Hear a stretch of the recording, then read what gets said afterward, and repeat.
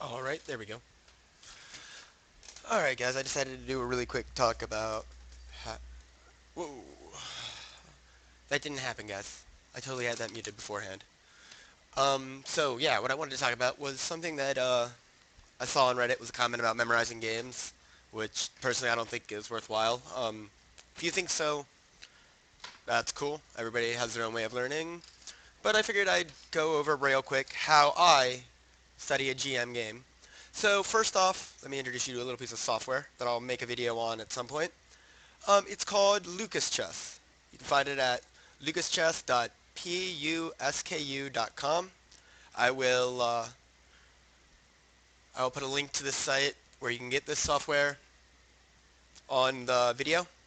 So you would go to downloads, and Lucas Chess is the version you want if you're playing on your PC. If you're putting it on a flash drive, you can try the portable version. I've not used the portable version, but it might be just as effective. So that's my introduction to what I use. So on to how to use it. We see it has a whole bunch of features. I'll make a video on all the different softwares I use to study chess, especially this one, because this has a lot of features. But the feature we care about today is in training, play like a grandmaster. And right now I have quite a few grandmasters downloaded, including a random one that my roommate selected because I wanted to be sure I could explain how to go through everything. So you want to import a grandmaster. Let's pick a new grandmaster. Make this a little bigger. So you can see it has a whole bunch of grandmasters listed in here and how many games it has for them.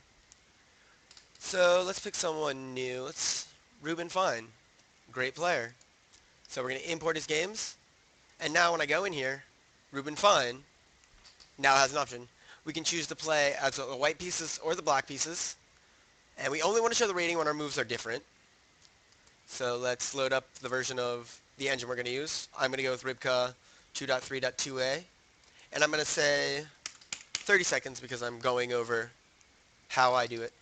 Actually, that'll make the video really long. Let's go 15. Alright.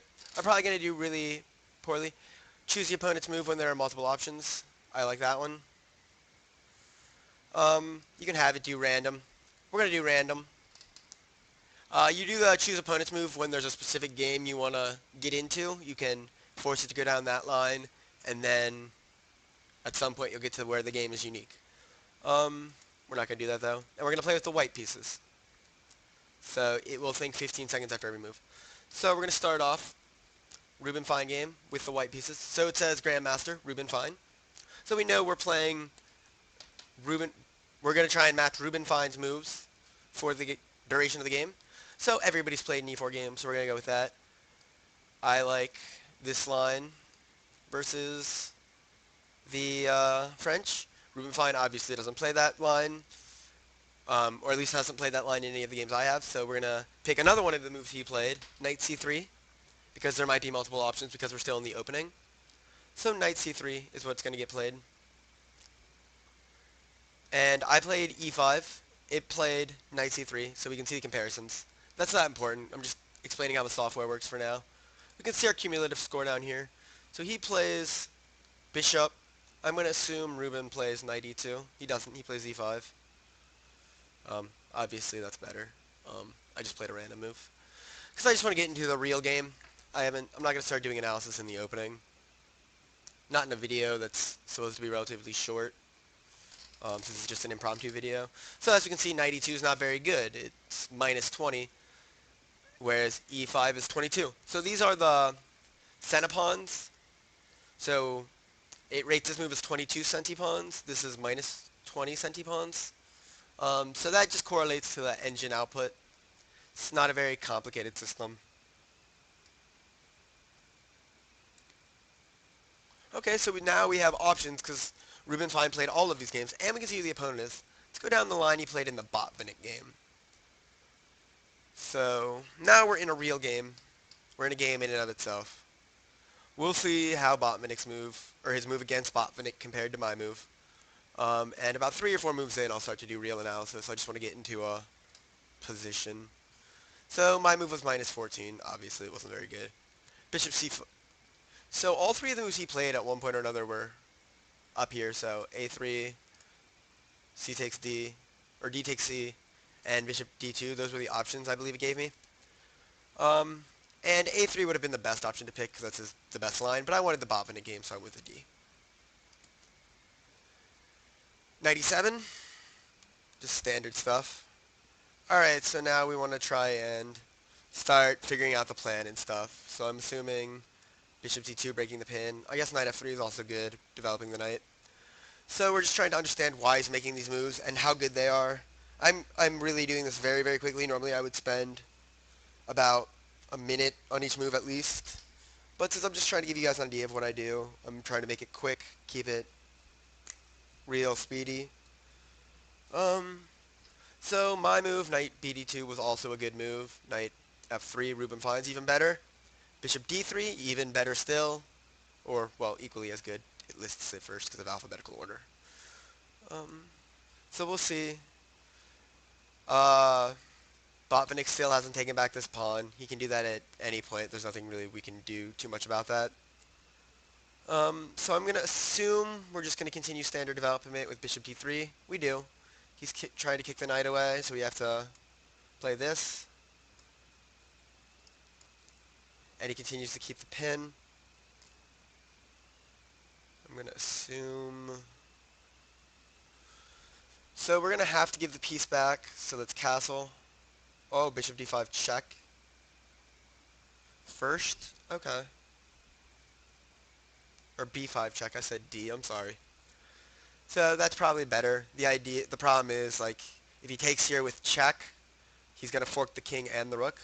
So my move was less accurate. I'll have to look at why. So here he can just take immediately, and then rook b1. And I guess this bishop is just really strong. So let's see.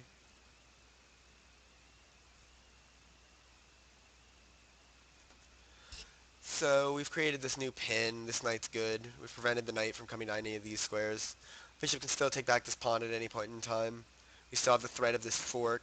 So I'm going to assume we castle now. No? Ah, we take with the check again. Get rid of that knight.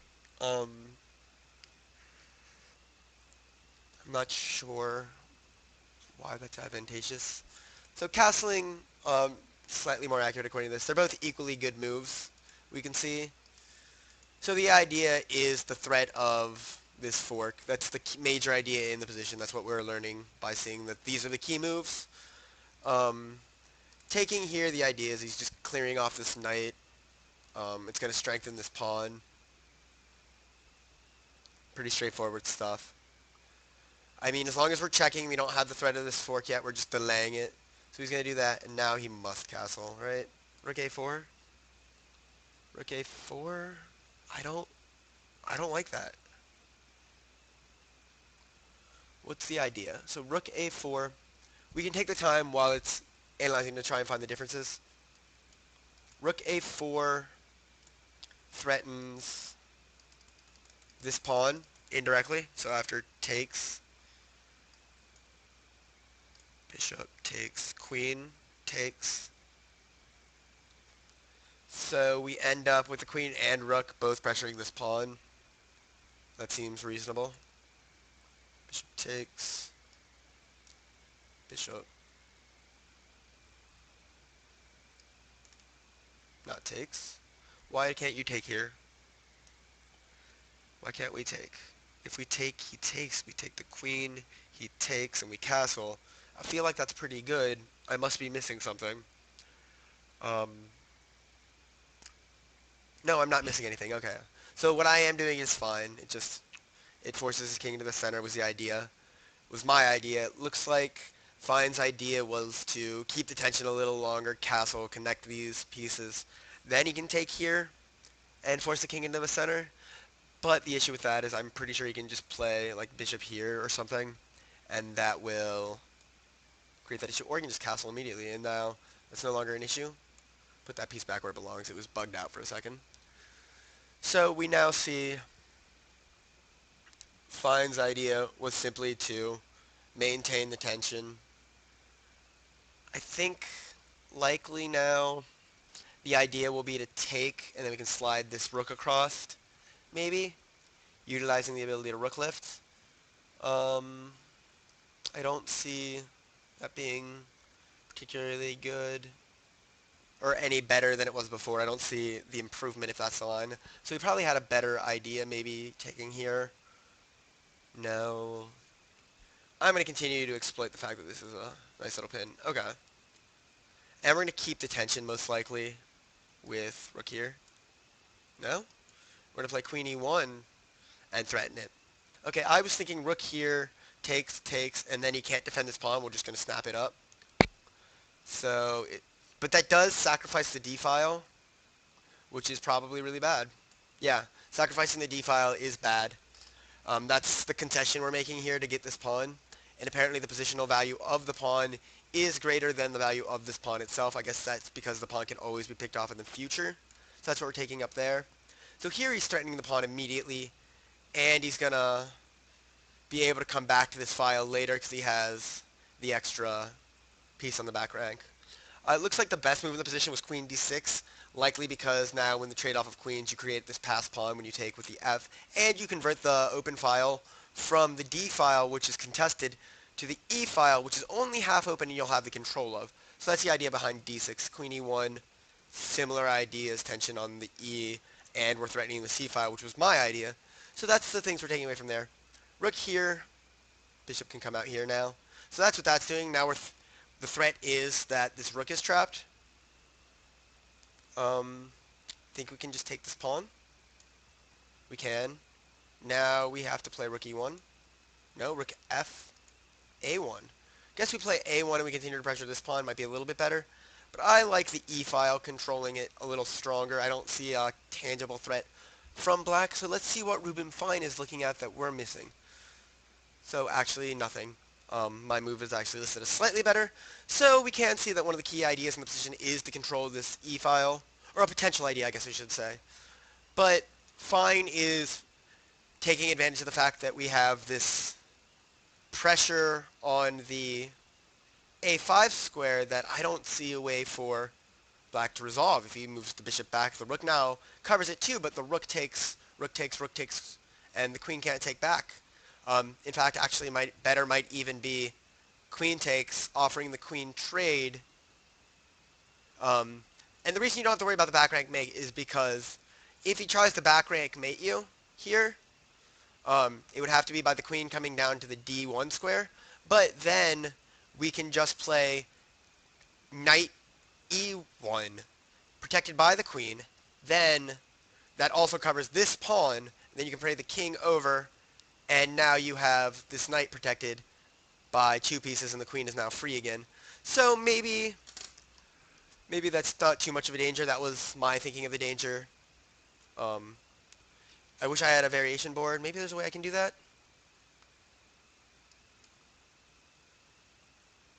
New analysis. Oh no, that just reanalyzes it. Ah, there we are.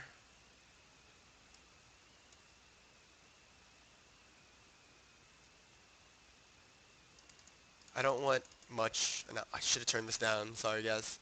So this is how you look at proposed changes. Let's turn it down to 5. Okay, so it looks like the tangible threat here is bishop here. Okay, so I can play him through. Yeah, so we defend the mate that way. So yeah, the back rank mate is defended. It is a little scary, but it's protected. We can continue to step through. I guess that's as far as it looked at it. But okay. So, okay, that's a neat new thing we can do. We can play through the suggestions. I didn't actually know that. Can we look at a different move? Let's look at these for suggestions. Same things. We can just lock up these E and D files. Okay, so it was about what I predicted. He plays rook d4. I kind of cheated on this one. I looked at the analysis, so I know this is a playable move. But it was the idea of the move in my mind. His idea was apparently to take control of the d4 square, which is better than the quick engine assessment from an earlier position. So I lost a few points. You can see down here I'm doing a little bit worse than Ruben Fine. Um, those differences can sort of steamroll once you get the wrong idea in your mind and get real problematic. I was just playing too materialistically. Ruben wants these positional gains. I think the danger is still that maybe this pawn is a little weak. I'm not sure. We'll see how it plays out. So queen e here, and we must be playing rook e here. So now this pawn is a little scary, but I'm sure we can do something with it with rook a if we want to. Another idea, probably queen. I don't know. I'm thinking rook a is the best idea. Queen e3, the other one I looked at, very good as well. Um, we'll see what the issue with rook a3 is, probably the weak back rank. So once again, he's shoring up these E and D files, which is the plan. Um, just have to keep a watchful eye on this. So rook a3 is fine. It's just not as precise. It looks like it sort of transposes. Ruben finds more precise move. Feel like the danger is this push. So what is the response if he pushes this pawn? I guess we can just take it. Duh. So it was a non-real threat. Okay. So he goes rook there. He's going to try and double on the rooks back here and push this pawn. What threats are we making? I guess maybe we can take here. Making a threat on the queen. The queen would take back. Um, and then we could get this pawn up here. Pick this pawn up here. If the rook takes back, maybe something with a knight here. Making the threat here because then the queen is blocked from covering the square. Still a little scary about the pawn push. I would still play rook a3. We can't move it to d3, otherwise he would definitely be able to push. Um, I'm content with playing rook a3 again. Knight d2. Um, we see that the idea is to bring another piece to defend this square, maybe. Knight d2. Better. My move's still a valid idea. See how that would step through. See what the position looks like. So this is how I think the position looks like. It looks like he's still on the path. So knight d2, what are we looking at? Probably strengthening this square up here, maybe. Oh, we can support this push here. That's really good. That's likely what it is. Support this push here.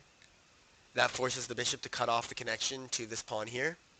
So let's see if that's right. So yeah, now he does put this pawn here. So do we just take the pawn back, or do we push here first, kicking the bishop to block, then taking with the rook? I'm going to assume this is better. It is. And then we take with the rook. No, we play rook takes fe6 first. I do like this little deflection tactic. That's really cool to see. That's the sort of thing you pick up on. It's the sort of thing I would miss if I was just memorizing the moves. I'd miss, not that the deflection happens, but the idea is the cutoff deflection. It likes Ruben's a little bit better. It actually likes this best of all, supporting this e-pawn again. And then after this, coming here. It's not in any hurry to snap off this pawn, and here he has to defend the back rank, mate. So let's look at the idea of my move.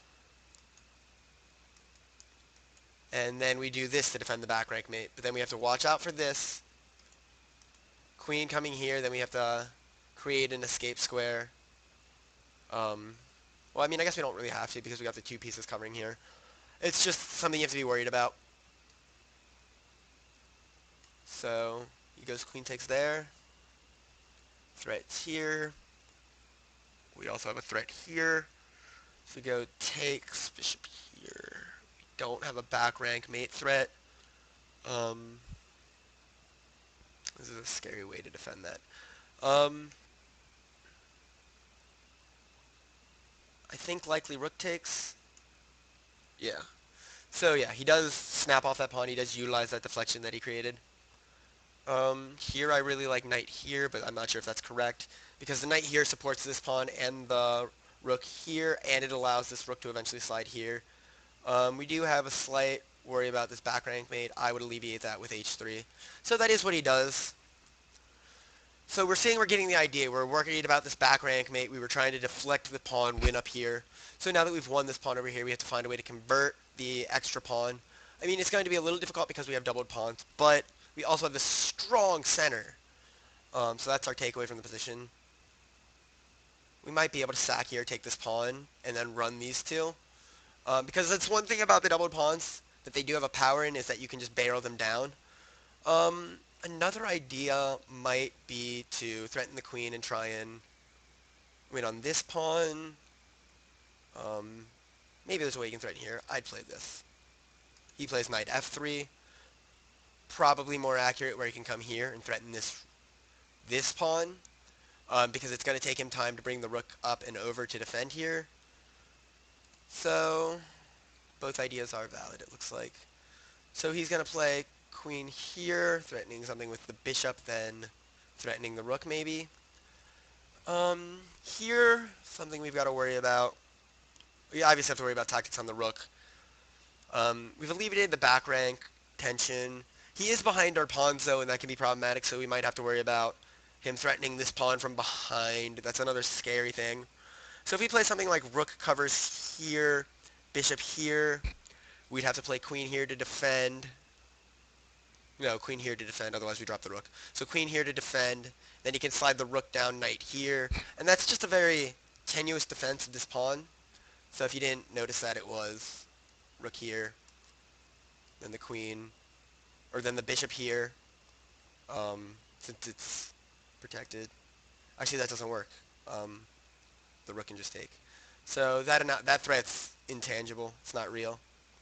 It's a phantom threat, as I call them. So just a threat that's not a real threat. So I'm really worried about this pawn. Let's try this. Does that work? It does work, okay. Okay, so what we did was we alleviated this threat on the pawn. So we did find the real issue here. So we have, what's the threat he's making? That's what we're going to try and find. He's covering this again. Maybe we can make a threat, win something here. Yeah, we can just win this pawn if we want with takes. Knight takes, bishop takes, rook takes, queen takes. Then that looks okay. Is there anything better? I don't see anything. No. Queen g3.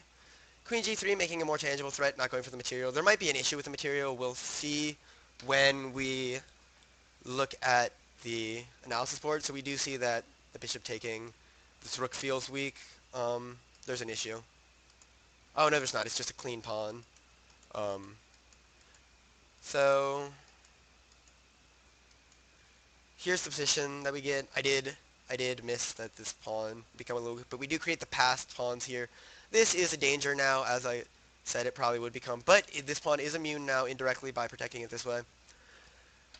So more precise was Ruben Fine's queen g3, making threats on this pawn here. And actually in this position, black just resigned. So is there a way we can continue to analyze this from here? No, I should have done it in the game. But alright, so that's basically how I went through the game. Now we can probably look at it. So we can. So we go through the game real quickly again now that we've seen all of it. Knight, we see the quick development. Or not even quick development, just basic development, opening stuff. So here we see the first idea of, this is the first time we see this d-file becoming the idea. And the bishop d3, taking this diagonal knight. Now we have a real ability to make threats on this. This is the real tactical meat of the game, where we have this pin that can be very scary, but we also have this threat on the bishop that we can trap that can relieve that. So now this pin is relieved, so he takes 2 pawns for a piece, but he's going to get the piece back here. So we go with this check, and here we're creating this continued tension on the center. We're creating a weakness here.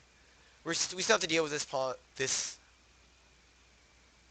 pin, and now the obvious point of this d4 pawn being weak is noted upon with this rook move. So takes, bishop blocks, and then now we see the real danger of that pawn. We've still got this x-ray on the queen. So he castles, bishop takes. And now we note upon this pawn being weak, and we've got this open file opened up. We're going to utilize it in a bit. Take the pawn. Here he decides to sort of target this weak additional pawn instead of snapping to the center files immediately, because he knows he can take them back later. So bishop b5, best try adding a defender. So now he snaps upon that d file that we talked about. And we see the queen making its own threats, and the rook just blocking the queen from trying to find a way in. Very, very good stuff here. We looked at this rook move. Better was this queen move. We just had time for it, and it's an additional cover of this back rank mate that we talked about. So now he plays a rook move. He's just trying to strengthen his 7th, and he can potentially slide another rook over here and defend this pawn. Here we see the knight maneuvering. It's going to come potentially to e5. That's the threat. It eventually does come right back here.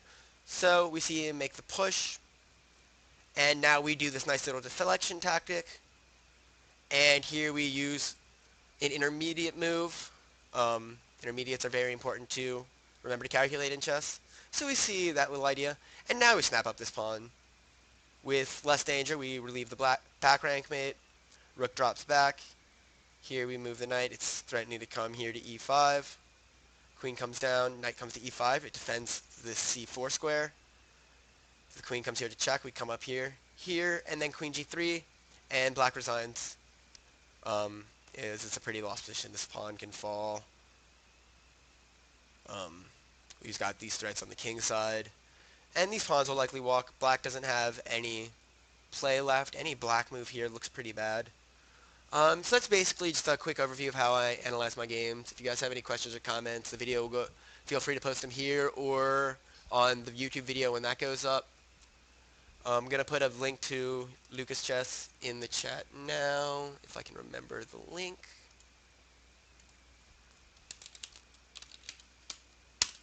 And then I'm going to end this video.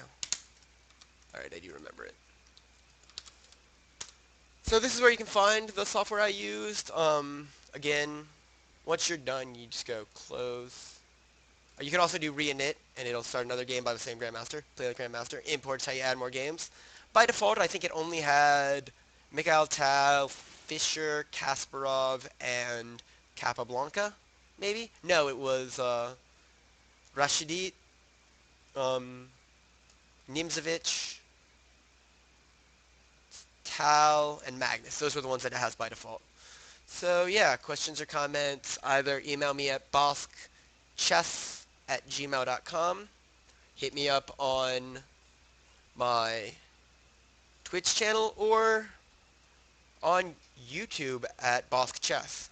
And I will see you guys all later. I hope this video helped you get just a little idea of my ideas on how to go over a Grandmaster game. I think it's more effective than memorizing, but everybody has their own results their own way. Thanks, guys. Have a good day.